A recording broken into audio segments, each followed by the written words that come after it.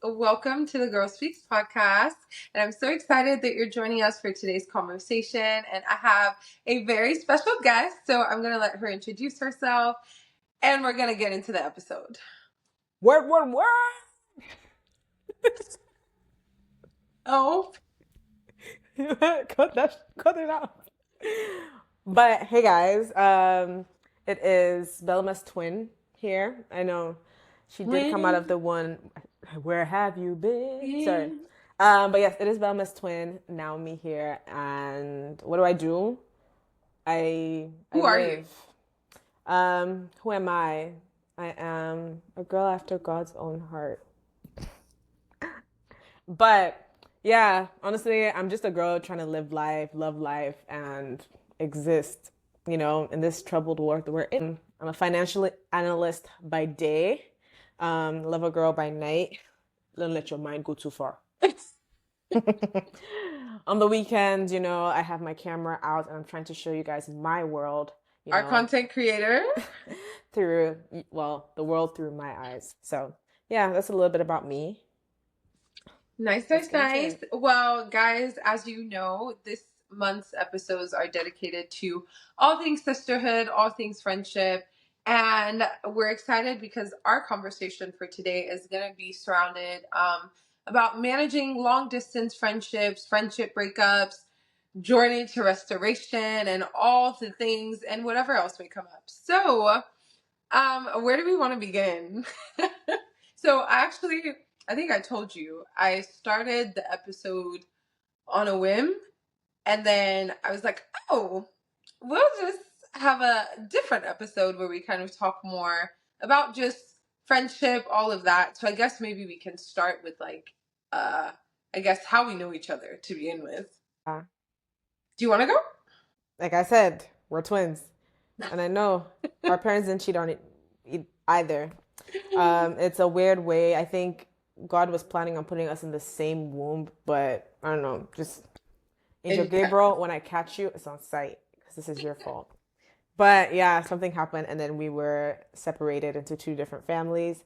But yeah, we were dedicated on the same day, and we grew up with each other. And Belma moved to the States, but we kept in contact. So honestly, where did we meet? We met in heaven. Sorry. Yeah, no, that's actually right.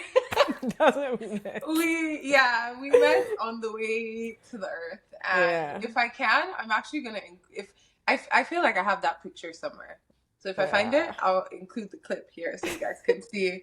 But no, I think how you explained it is like actually very cool because there's so many times where growing up we would look at each other and be like, you know the Spider-Man meme? No, yeah. And yeah, we've pretty much been in each other's lives our entire lives. I guess our journey of friendship has been kind of interesting. So like she said, like we were both in Nigeria. We grew up and then I moved to the States. But we still kept in contact and then ended up like reconnecting some summer holidays and then actually like went back to being in the same space when we got to university. I guess we're going to start with spicy stuff. Which is, as you guys know, in the first episode, I talked about friendship breakups and getting over pride and healing and just all the many things. And so we're going to dive into it right now. So where do we even begin with this? I guess we can like both kind of share like our experiences, perspectives, but we had a very interesting occurrence that happened the summer before we went to university. And you know how sometimes God is like, y'all are about to get caught up because you're acting out. And so I'm going to expose you. Yeah, he did that to us. And we basically had like this group chat with one of our other family friends. And we were, doing what crazy teenage girls do. Boys, all the things. I ended up, like my family ended up like finding the group chat, and that was Pandora's box being opened. Yeah. It was summer 2016. It was one of the best summers, but also one of the worst summers. I was on house arrest. Like the things in our group chat were actually so incriminating. And I mean, thankfully they didn't get to go through all of it, but it definitely put us all, like, we had like intervention, we had a whole lot of stuff going on, and I think that may have been like the beginning of just like things being kind of rocky. Yeah. I think, and just having to be asked questions about each other, and it's like, well, where was this person, and how did this happen? And it was like, okay, do I lie, do we tell the truth, like what are we doing? It was actually a whole lot going on. But yeah, so we basically got caught up in our ways, and that led to just, yeah, I guess I can like pass it to you on just like that side of things and the experience. Yeah, it was, I think, personally, I think that was Pandora's box that led to, it was like a crack in the window. You know, like, it's like, yeah, a window is like perfect, and then there's this like small crack, but it keeps like building as little Mm-hmm. things happen. Because I think before that, it was a us against the world kind of Mm-hmm. friendship dynamic. And I think after that it kind of put into like, oh, are you sure Bama is your friend? Are you sure this person is your friend? Or what did they say about you in the Mm-hmm. interrogation? Or this was said about you. And I think there was just a lot of mistrust, not mistrust, but it was like seeds that were planted of Mm-hmm. mistrust, that summer started. And I think Yeah. it was then that the ripple effect started coming in, because I think sometimes you might think, oh, okay, this person, someone would be like, I don't know if you should trust this person. In your mind, you're like, girl, please, I trust this person. But as little as you think that comment might have been, it has Mm-hmm. planted a seed that is probably going to start, you know, Yeah.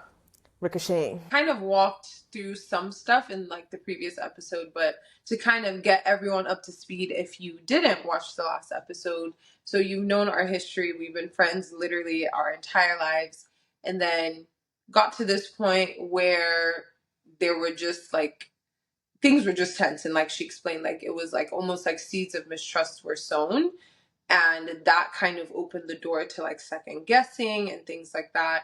And so for the next like what 4 years of our friendship, it was kind of this weird, are we like where we are, or like are we, and almost just like different things and hurtful things that we like both did in the process, and kind of getting to the end of like that 4 year stretch, and we just like stopped talking to each other.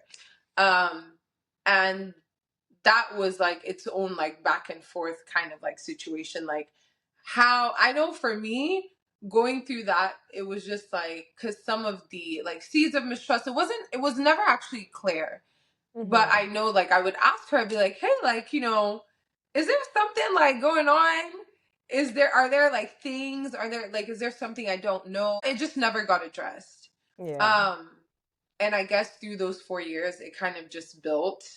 And I guess getting to that point of like us actually like separating, what were like your thought processes, and like where was your head at going through that? Because I said this, but like friendship breakups are actually worse than like actual breakups. They are. I think because I was very secluded during our breakup, it's it kind of felt like when you go through a breakup and you just go on a weekend getaway kind of thing. So I was in my internship just going through the motions, but feeling very isolated during that moment. So it made it like 10 times more like worse, in how I was feeling or the emotions I was dealing with. Because I remember when everything started like being a he said, she said situation where because like I remember when I was in my internship and it's like, Bella was mad at you. And I was confused. I was like, Bella's mad at me. And I think what that taught me in the whole, in like, even now with my friendships, is always go back and ask. But I think Mm-hmm. because us, we've already had this like with the 2016 incident of he said she said situations Mm-hmm. and all the little, you know, side comments. I think at that moment, it was not a, oh, I'm going to go meet Belma and ask her about this, because that wasn't established, which I think now I'm trying to establish more with my friendships. But Mm-hmm. I think at that moment, I was not a confrontational person. I was just the person of like, okay, bet. She's mad at me. I'm going to take it to a whole new level. And so I think to me, it was just, I think it was a look that I remember when you had your accident. I had called because you said, "Oh, you need someone to take you to hospital," and I was waiting. Mm-hmm. This is from my perspective. I was waiting on you, and then I think Ima took you to the hospital or whatever. Mm-hmm. And then I was like getting ready to go for my internship, trying to figure out what Rocket was going to be. It was like a whole different thing. And then the week after I got to my internship, I get a call. They shall not be named. They're like, Velma's mad at you, and she's saying that you did not care that she was um, hospitalized or that she had the Mm-hmm. accident. And I was like, I did care. I was gonna take her to the hospital, and so I think that was where my own seed of anger started getting angry, because I was like, Mm-hmm. what is this person saying? And then the person just kept emphasizing these different things, and I was like, Mm-hmm. wait, what? And I think to me, even if I was at fault for not going to you and clarifying, I was taking fault for you not coming to me and clarifying. So the thing Mm-hmm. I was upset about, You I were was doing it in that moment. Yeah. This is, I guess, the first point is the importance of addressing things in your friendships when you feel them and when you Yeah, start to see signs of them. Because ultimately, like, the explosion of our friendship was unaddressed things and hmm, things that were never confronted. And it's like everyone knows the things that you leave unaddressed will end up coming up and manifesting in bigger ways than if you would have just addressed it in the first place. That's why I'm yeah, like such a big believer on like, if I've wronged you, if there's something that's happening, like, let's talk about it. Because whether yeah, you like it or not, like when that thing is inside or you try to brush it off and be like, I started giving myself this rule. I'm like, I'm going to wave it off. If it comes to my mind a second time, I'm going to have to address it. Like, I'm going to have to bring it up because it's it's that persistent, you know what I mean? And I think we're not at this point of like this explosion, and there are all these feelings I have, then there are feelings that you have. And I think because I had like sent you a lot, like I sent you a text and I was like, this is how I feel. yeah, And I was livid. I was boiling, fuming at her response. I was like, oh. And I was just like, nope, I'm done. And I'm actually a very confrontational person. I always, and I yeah, like, some people are like, blocked this. I'm very confrontational and very like, no, let's talk about it. And so it was actually kind of shocking to me, like the drawback, like the huge, I've never done that in my life. So it was yeah, so unknown to my nature, but then I think it also just kind of attested to like how hurt I was. But then also like looking in, right? Because you're explaining how you were like going through transitions, you were during your internship, those there are also things going on as well. And so I yeah, guess maybe that may be the second point at this point in the story, like looking back is, as much as what we feel is real, like, you never know what other people are also dealing with as well. And I know hmm, like grace is so like hard to extend sometimes when you're going in the thick of it. You know what I mean? yeah.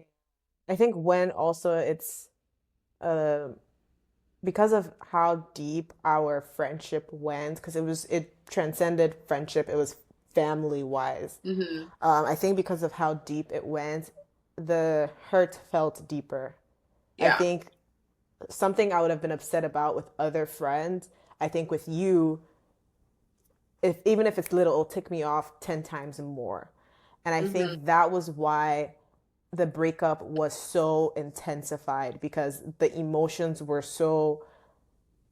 were more than it Yeah. was, because like the history was more, the friendship was more than just a normal regular friendship, Yeah. if that makes sense. And I think even when the initial stages of not talking happened, I remember that time, to anybody who cared to hear, I was like, I'm confused. Why? Like, because it was, because when something bothers you that like even in when you're falling in love, when you're falling in love with someone, you talk about the person so much. When Mm-hmm. something bothers you, you talk about that issue. Every single conversation was, and you know what? I don't know why. Like it was always just like all conversations just led back to I'm confused. Like, but this, and then like you're constantly trying to understand, but you're not in the space to understand what's going on because Mm-hmm. you're letting your emotions lead the way. And so sometimes it's like you want to talk to I think in that moment I wanted to talk to you, but because of my pride, my hurt, it was just like, you know what? It is what it is. If she doesn't want me in her life, I don't want her there either. And now I think about it, I'm just like, that is so childish. Yeah. But and I mean, I also give grace to past me because Mm-hmm. in that moment she felt those emotions. She was the one that was, hadn't gone through the healing. So I have grace for her in that moment. But boy, the passive aggression was reeking from him. Yeah. Yeah, it was. And I think like, kind of, I guess, going into like the next stage of things, because now it's probably been like 7 months and we are, I think you reached out because you're like, okay, yeah, like so and so is like saying XYZ, like, what's the deal? And we agreed to talk and we had a talk. Um, we were on the phone for like 2 hours and then we even prayed after. And so we got to that point, and then I think a couple weeks, like I still felt like some things were off, and I was like, yo, like, what's like really going on? And then she comes in, is like, yeah, so I didn't really give you all my feelings the first time. Yeah. And that like set me for a loop because we had a 2 hour conversation. I was like, I told this girl one thing, everything needs to be laid on the table. So at this point, I just felt like, so like, truthfully, I was just like, I can't believe, like, I literally asked for one thing. And then Yeah. now to find out that like that's not even, I was like, you know what? It Again, is. I repeat offender. I said bye. Yeah. And I guess like going through that space, right? Because we had a initial conversation, but then you still kind of felt a certain way. So I guess what were you kind of thinking through in that Hmm. space of like, okay, we just kind of said we forgive or we understand. Where I guess was your like headspace like in that? I think the first conversation that we had, it was okay. I think because we hadn't spoken for so long and there wasn't a level of vulnerability that I could get to in that like with that first initial conversation, it was like, I Mm-hmm. don't know if I can trust you to be vulnerable about everything I felt and everything that happened Mm-hmm. before. And so it just felt like okay, I don't know how deep this could get.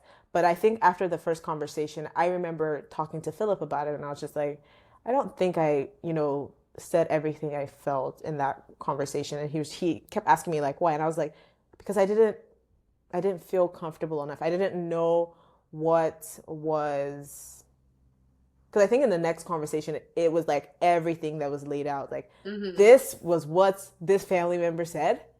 This, and I think that in a way it brought more clarity to, we weren't just fighting between ourselves. We had to Mm-hmm. fight with the people around us to, Yeah. in a way, get full clarity of, okay, Bella, and I think it's also in relationships, it's like sometimes you need to team up with the person to fight the The problem, actual like, not, we're not enemies. The yes, the seeds issue are the is, enemies, right? yeah.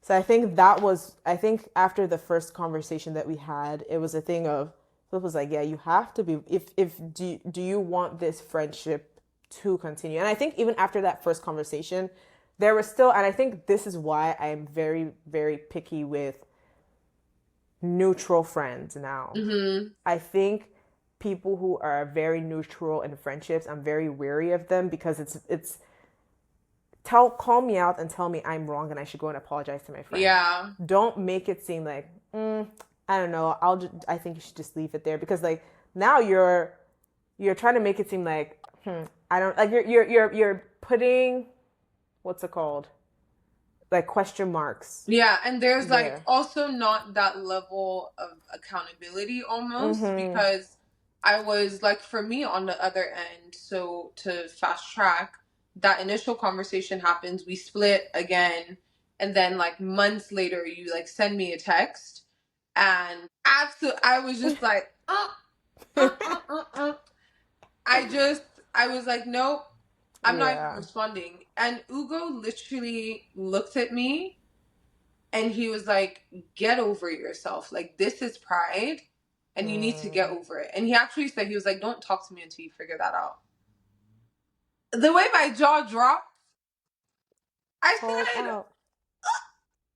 and I needed that, right? And so Mm-hmm. it's like, and mind you, he knew everything. You know what I mean? So it's not Yeah. someone who was just like on, you know, But on the I think I outskirts and like wish only saw.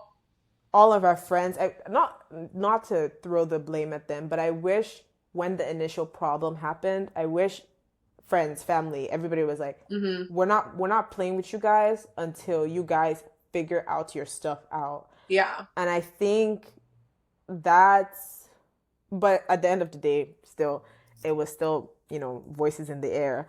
But I think now it's a thing of, especially if we have children and they fight, that ain't got nothing to do with us.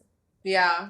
Go and apologize, figure it out between yourselves. That ain't Yeah. gonna, like, and me, I'm not talking to you until you go and ask Belema's daughter what she did to have pissed you off.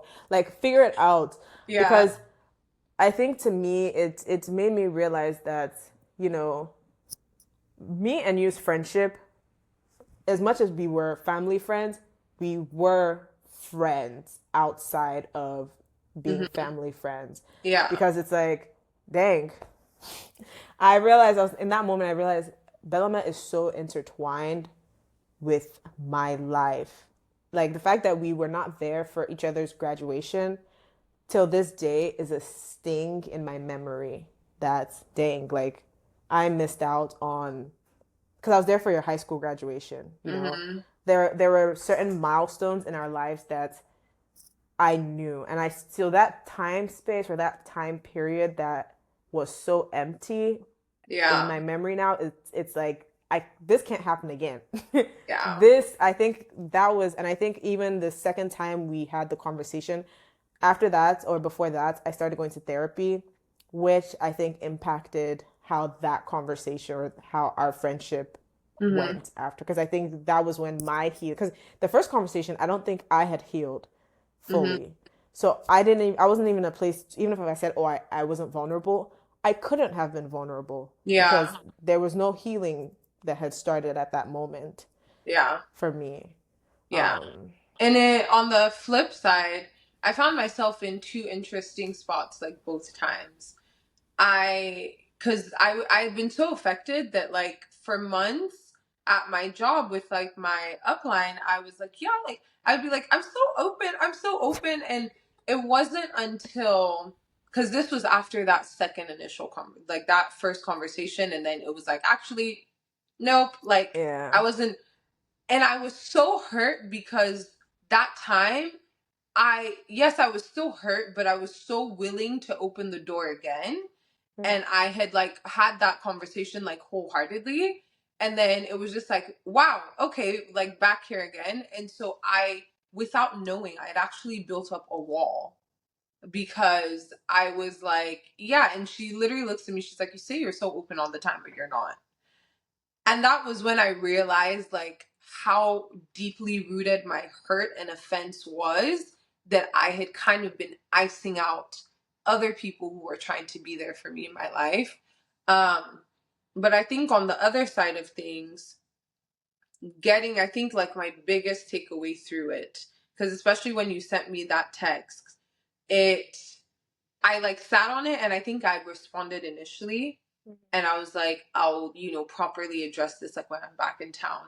And I just remember calling, like, honestly, shout out to Christine. Because if any friend that kind of, Yeah. I remember calling her and I told her, I was like, dude, I don't want to feel stupid again, Mm. is literally what I said. Because I was like, I feel like I already opened the door and I didn't, like, I felt like I received a slap in the face after. And I don't want, like, culture says, cancel, block, all of that. You know what I mean? Yeah. And granted, like, we support that within reason. So if someone is literally being so toxic to your life and you keep extending over and over again, cut them off, right? Yeah. But in this case, it was a little bit different. And our friendship has been so unique because, like you said, it's not just like, oh, we're holding on to 10 years of empty memories.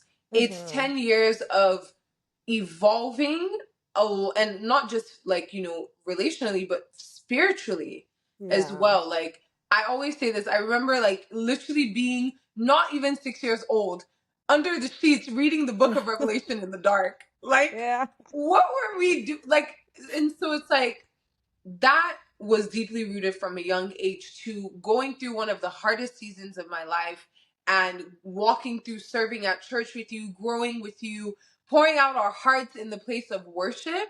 Like, Yeah. so it's not just like empty, like 10 years of vibes, you know what I mean? Yeah. And so it, I was just, it was hard for me to get past, like, I really had to work through that pride and that right to offense, right? Mm-hmm. And I realized, I called Christina and I was just like, God, like, I don't want to feel stupid again, but all I can feel in my heart towards this girl is love and compassion. And I hate it. Because, like, I actually said that to her. I was like, why do I feel this way? And that was God at work in my heart. Because Yeah. he knew, like, what you hadn't shared with me yet, Mm-hmm. he knew. You know what I mean? So it's not Yeah. like a lot of the things and the rifts that happened over the years were happening solely because of how you felt in your own heart. There were things that influenced it, and it's that balance of, like, yes, you can be accountable, but also when people sow seeds, it's a very real thing. And we've discussed different levels of, like, manipulation in the situation, right? And Yeah. so I, in that moment, didn't have the insight, but I just remember calling. I was like, that's all I feel. And I feel so stupid. But, like, that's all I feel. Like, is it okay for me to feel? And I just remember her. And this is why it's important to have friends who can also encourage you in wisdom and also to be obedient to the Lord. Because there's some people that I could have spoken to, and it was like, heck no. Like, you're rightful to just have your severed ties. Like, you don't have to do that. But to have someone who saw what God was instilling on my heart, and it just goes to test to, like, God's ways are foolish to the man, like, to man's eyes. Because it's Yeah. like, why would you do that? And that was how I responded. And I called you and we talked. But, forgiveness doesn't always mean you immediately get back to where you are, right? And Yeah. so it was the initial part of just letting go of that offense. But then we still kind of went on to not really be in each other's lives like that. Um, Yeah. But I and think there, it was healing because I think most of the time people think when you make up or have that conversation, it's like, boom, you guys are back to where it was. But I think because, okay, go to bed. I don't have time for him today.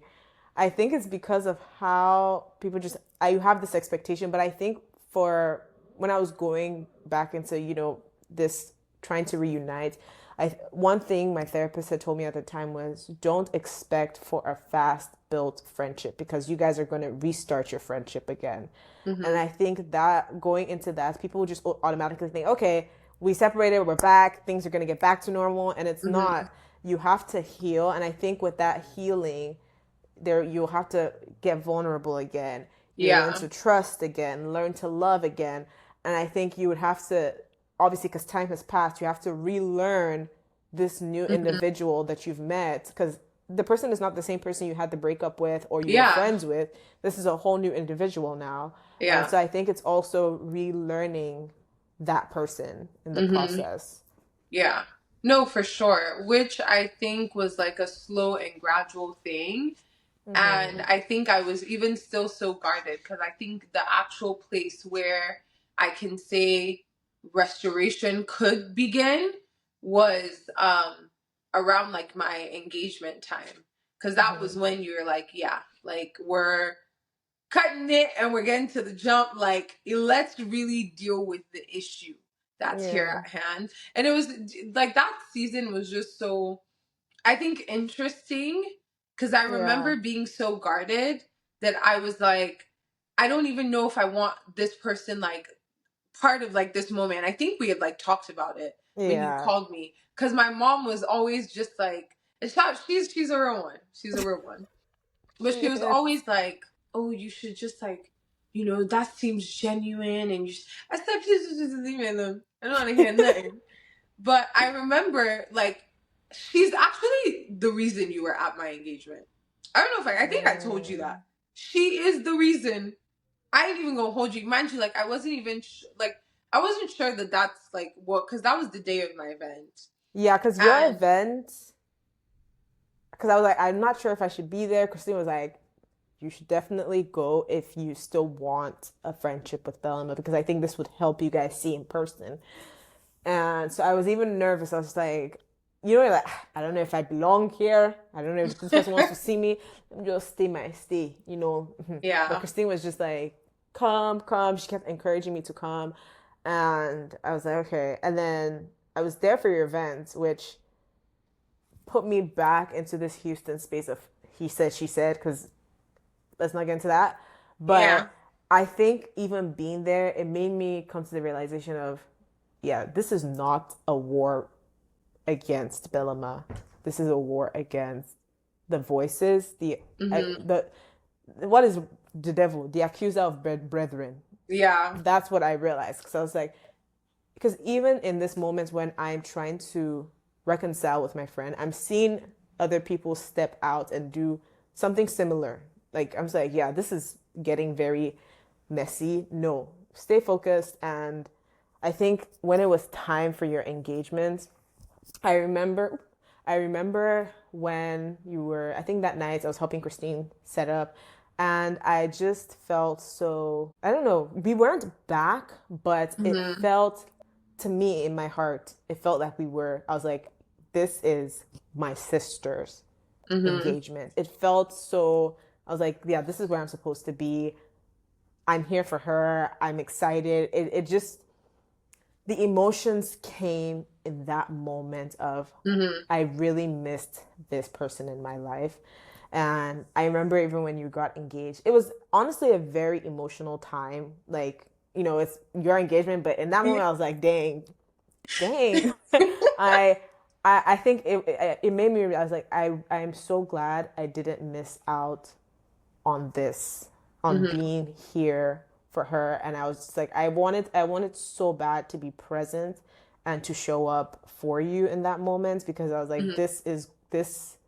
this is somebody that I don't just want to reconcile for our friends or to make Mm-hmm. everything cool again in the group. I want to reconcile because this is somebody that has impacted my life and has just been a great blessing in my life. And I see growth. I see, my children knowing her children. I see, Yeah. I saw a bigger picture. I saw, this relationship has been ordained since we were children. Mm-hmm. That's in that moment I had, everything just came full circle of, yeah, forget everything that happened. Not forget, but learn. And Mm-hmm. it's time for restoration to actually begin. And Yeah. so that's, yeah. Yeah. Girl, your engagement did And it. and once again, going back to like the need for people in your life who advocate on from like, because you and your flesh may be feeling what you rightfully should feel, but like I remember like, because my sister like kept asking about like, because it was a birthday dinner, Yeah. and I was like, no, like it's okay, I already sent you my list of friends.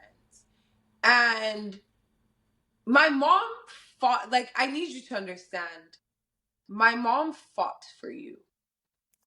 Josephina, if you're Her and my watching this, sister, like, my mom was not having it.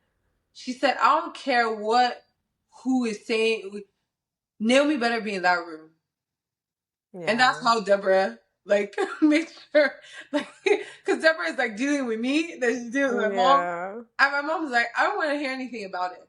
And I'm so glad because obviously it was like, yes, I had forgiven, but also there was still that hurt, which was like, well, things are just not the same. So I don't even know if she should be in this space or in this memory. Like she's missed the formative like process of this. And I'm so glad Yeah. that I had my mom Yeah. who knew the core of my heart and knew that I was responding out of like just hurt and what I thought I wanted. And like you said, like it was like a surreal moment. And even though in that time, it was like, man, because I know you even kind of shared with me when you reached out and we actually spoke and you were like, I didn't feel like I was wanted there. Like there, and it was crazy because that's how I had felt for years in our friendship. And it was like, wow, for the first time when it feels like I'm not so caught up in this person's presence in my life, like it was almost like you felt everything. And it was just like, wow.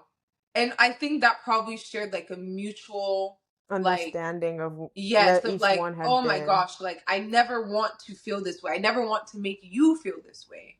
Yeah. Because truthfully, like I felt like I was always like trying to compete for your love. And I'm like, does this girl not see that I'm like here, right? Honestly, going back again, shout out to friends who will actually not just sit there and in a way, like, there's venting and then there's gossip.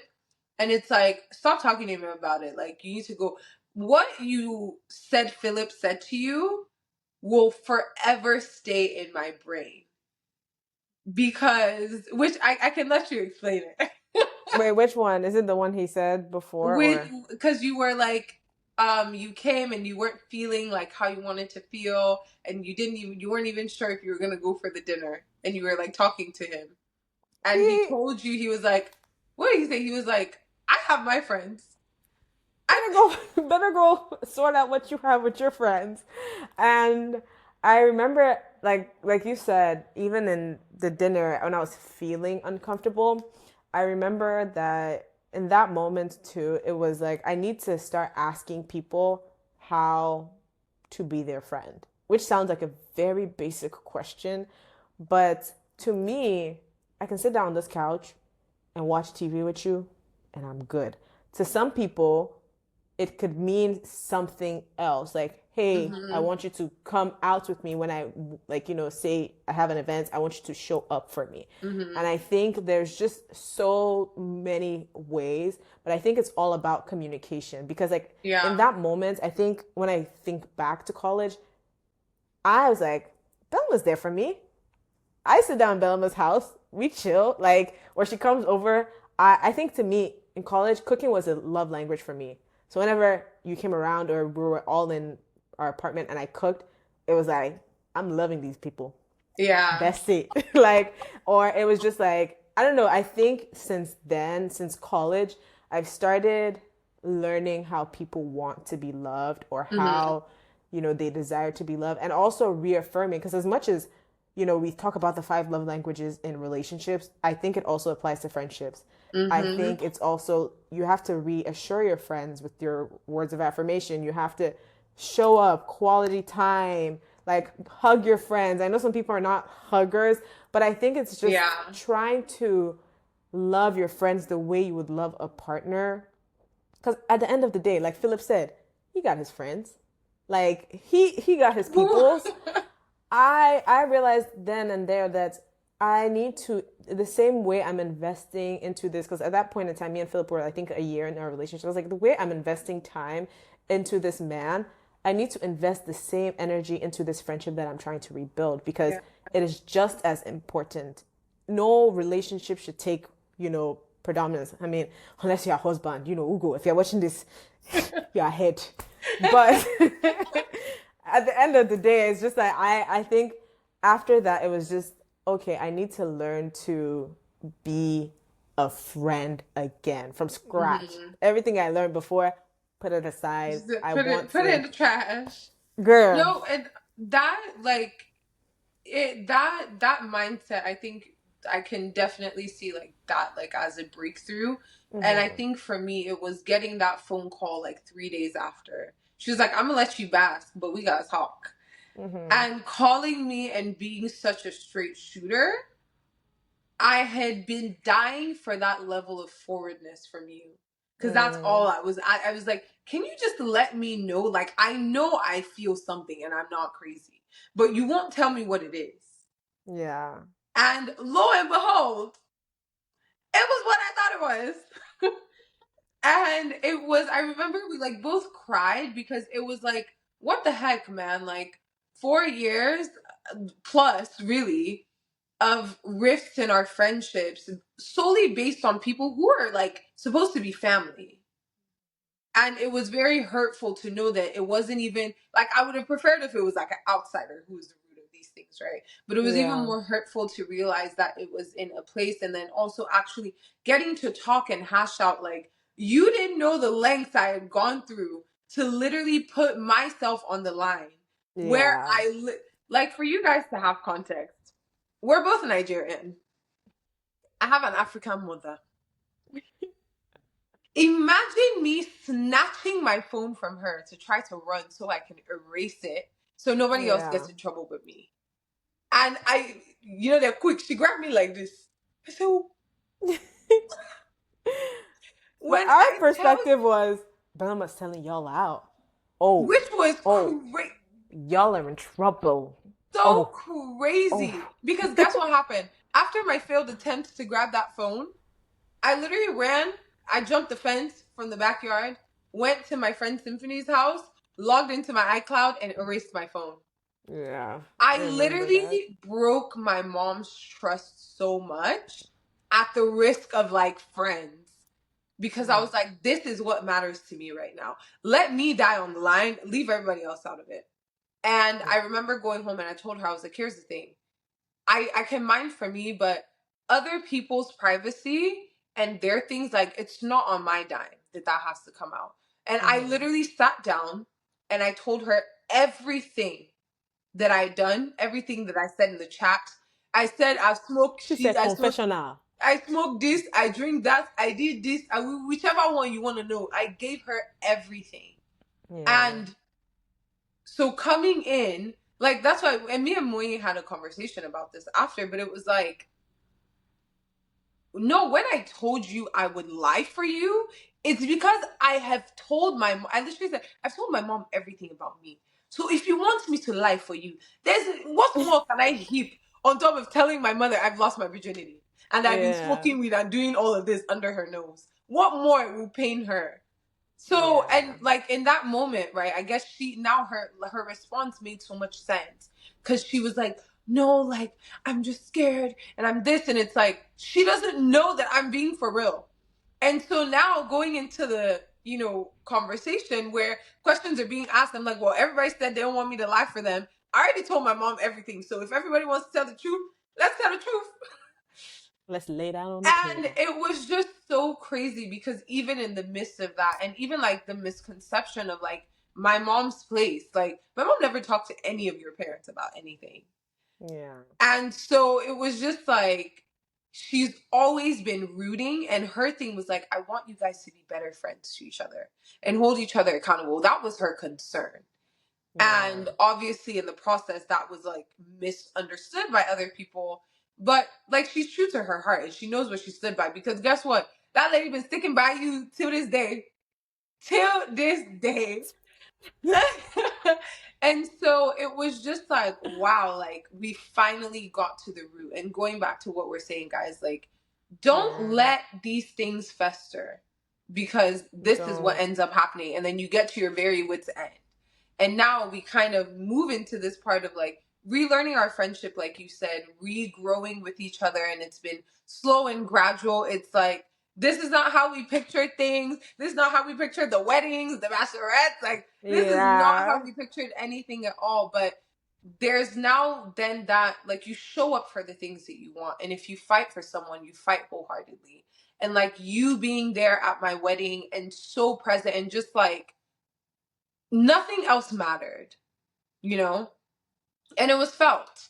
And now, like, we're in this space, and I mean, we're both like in new cities, managing our friendship, like restoration long distance, while Boo. also managing other friendships long distance, which is like Yeah. a whole, like, that side of things is very interesting. It is. Um, One thing I was it, gonna uh touch on, which just came to my mind, was even in that, because you're like, that was the first time I was straight up with you.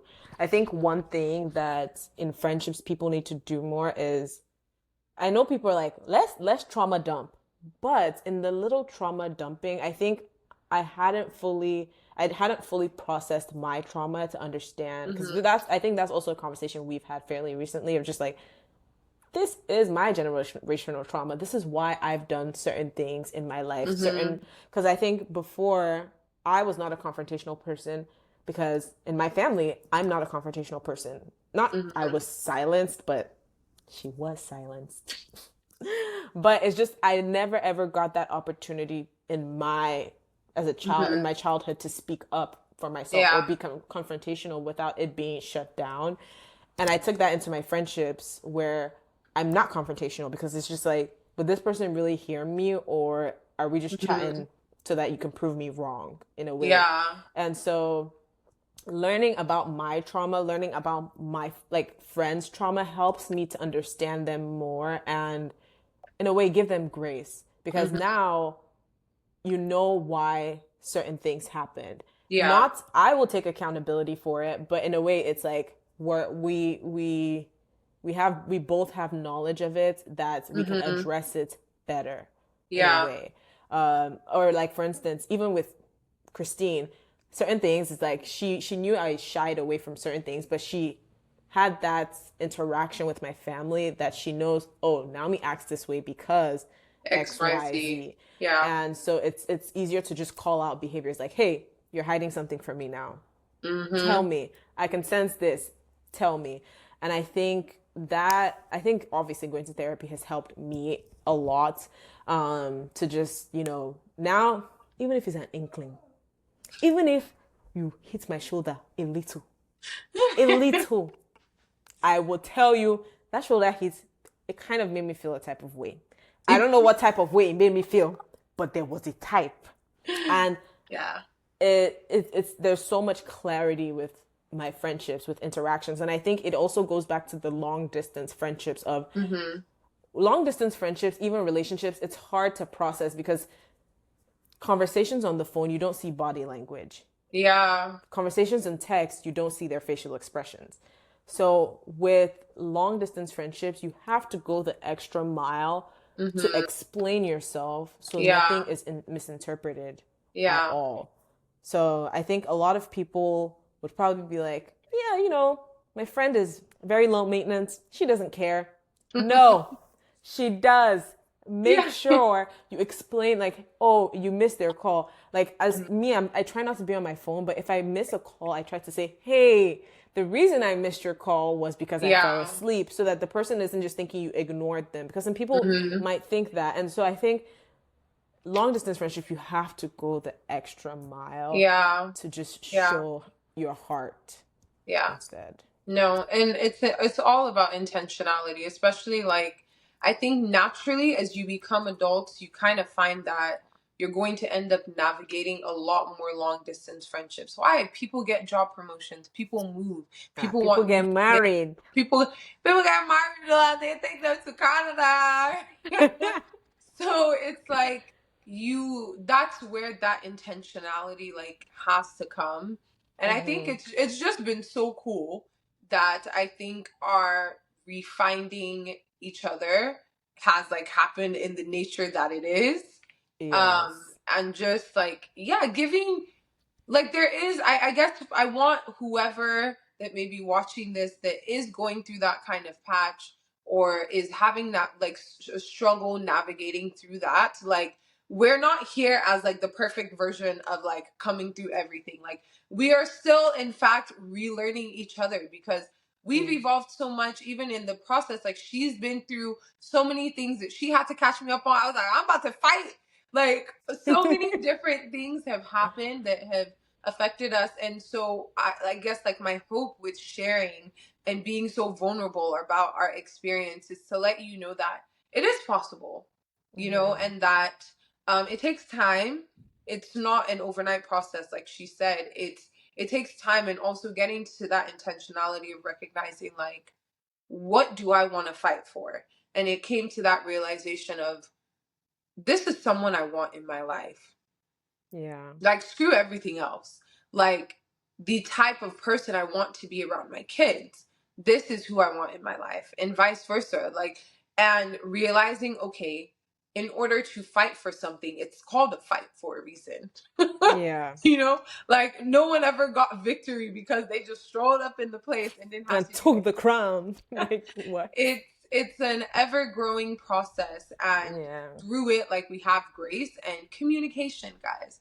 Communication, and also just like be intentional. I know people are kind of trying to normalize the whole like, I love low maintenance friendships. I think there's a difference between low maintenance and like And very, just being a bad friend. like, you're just, I'm sorry, it's giving. I'm the type of person, I'm very invested, and when I'm Mm-hmm. invested, I'm there wholeheartedly.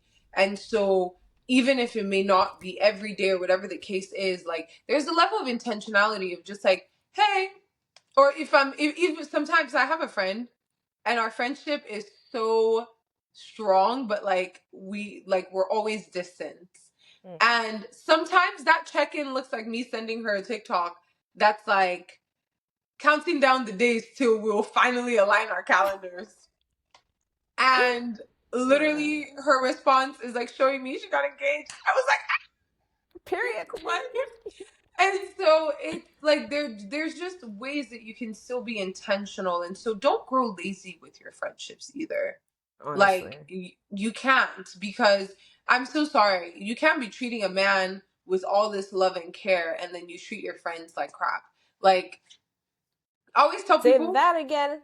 the way you treat your friends, like, all of those things It's relate. how you treat your partner on a long term Exactly. basis. And Like also the way you even treat God, everything connects to each other. Why is my it Apple Pen does. just waving? It The really way you does. treat your friends, the way you treat relationships, the way all of relationships and friendships also mirror how you treat God as well. It I'm does. a firm believer in that. And so knowing that we all have room to grow, and sisterhood is not always the straight path. It's hurtful sometimes. There are things that you have to dig deep into to work, but we come out better for it, right? I agree. I think honestly, it's I think this I don't say generation because it sounds so, but I think with the generation of low maintenance friendships, or if things is not working for you, kick it out. I think it's just a very shallow way to think of life. I think it's a very lazy way to think or navigate life, because even with friendships, like for instance our friendship now, I don't see you every day, and I can check on you once a week. I'm like, okay. Like even me, I used to claim I was a low maintenance friend, Yeah. but I realized you still have needs from those friends. You're just not communicating them, and Yeah. trying to boss up and say, actually, I really don't care that this person hasn't checked up on me. You do care. You do, babe. You do. And Yeah. it's okay. And because people just don't want to make other people feel like they're doing too much. Hmm. But I think it's all about communicating. Like, hey, I need, because sometimes, I don't even lie, sometimes I just call some of you to just be on the phone. I Yeah. know it's like, okay, It's girl, like, why are you on the phone with I me? ain't got nothing to say, But but I just, I just want you to know that it's like a quality time thing. I'm just yeah. here sitting in your presence. If you need me, holler, like, but I just want you to know I'm Yeah. enjoying your presence. And I think even when it came to me visiting Canada, which is on another trajectory, but when it came to me coming to visit Canada and us hanging out, for me it was just like a, honestly, if we're sitting in a coffee shop, we're sitting in a coffee shop. If we're going out, we're going out.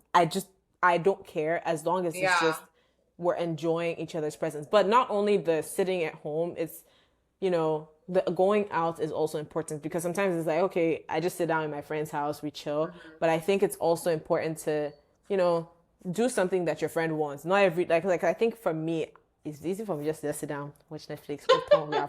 We have chilled. This is it. But I think it's also intentional because like some people are like, oh, I just sat down with my partner, we watched a movie, that's a date night. But it's also important to ask, hey, do you That's want to do not. this as a date I night, want or to get let's dressed go up. I want to out go here. and do Yes. something? So I think sometimes it's you in your mind you're preconceiving this of, oh, I'm spending time with my friend by being on the phone with her for an hour, but is that what that person is considering Yeah. quality time too? So Communication of needs. I say over communication is better than under communicating. Like Yes. I'll rather rather be. be I'll talking. rather you tell me, please calm down, than to have never Yeah. said anything at all. Yeah. It's no, yeah, what you said is like so key. There was something that stuck out, but now it's like slipping my mind. Girl, my brain too is like brain fart. I think of something and it's gone. Yeah. No, But it's yeah. Any closing thoughts for the people? closing thoughts. So I would say that I think our story, our friendship is one of redemption, but it's also one of God's promise. I think Yeah. we obviously, were born relatively at the same day, Yeah. two, 2-0, kind of. But I think, the redemption story is what we focused on today, but I think there's also a promise in it of, I think God gave me, in a way, a best friend when I was Hmm. born. And, God kind of just, I needed to do a healing in my friendship. I'm just speaking from my perspective. I think our friendship breakup was what's basically started my own healing on friendships and family and so many things, because me originally going into therapy was our friendship stuff that I was talking on, but Hmm. it led me to healing on other sides. And I think it's crazy how when Philip moved to Canada, and I was like, damn, if I have to move to Canada, that's going to be bad. But that was at exactly a similar time that you were Hmm. supposed to move.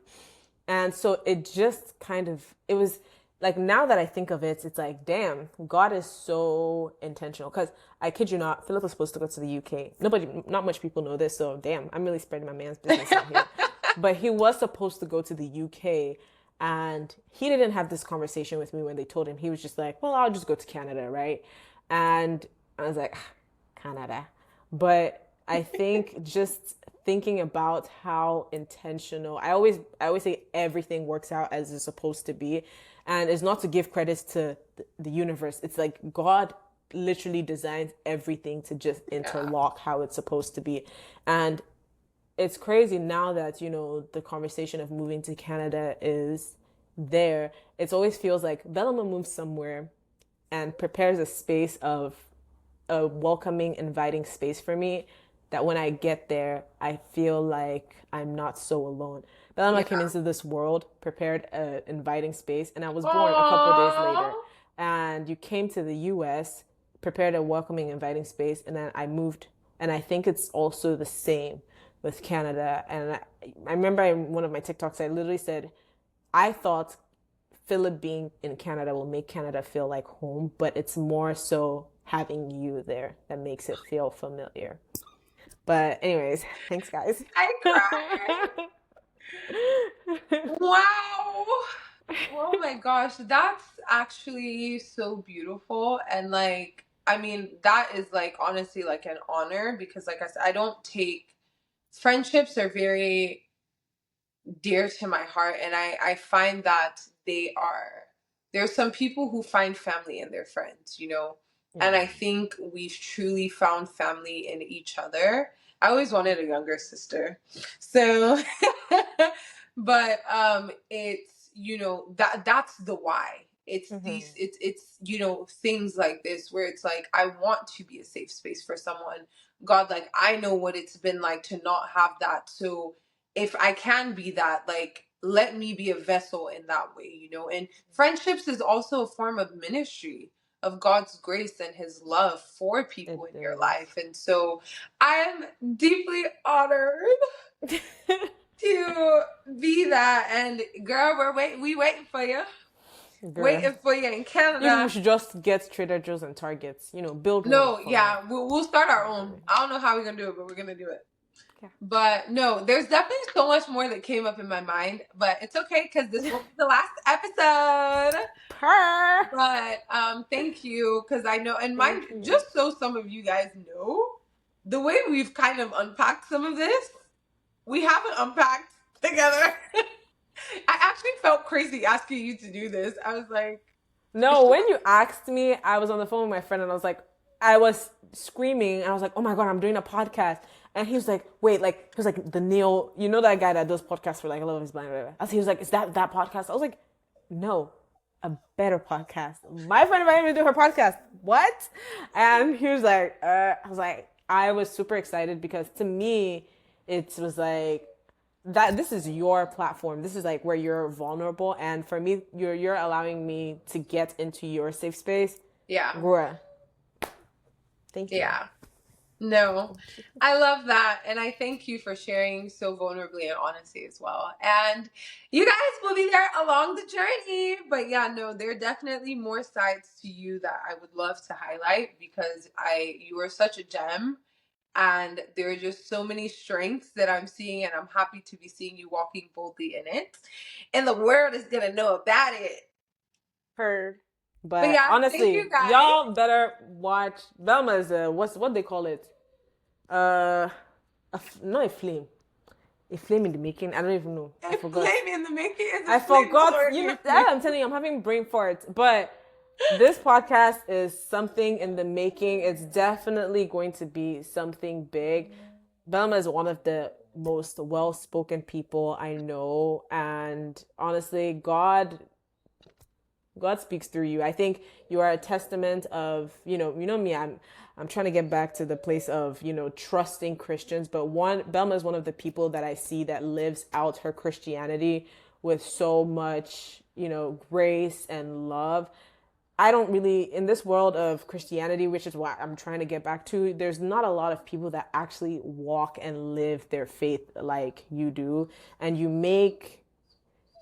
are what Christ was trying to, be to other people. Where there's a light, you want to be like, Christians are supposed to be people that just bring comfort and peace and show that Christ was a man of love. And I think that's what you do. You are an embodiment of Christ and his mission on earth. So keep doing you. Keep doing you. I'm going to be here riding for you at dawn. At dawn. Thank you guys for tuning in for today's conversation. We'll see you guys on the next episode. Have a great day. Bye.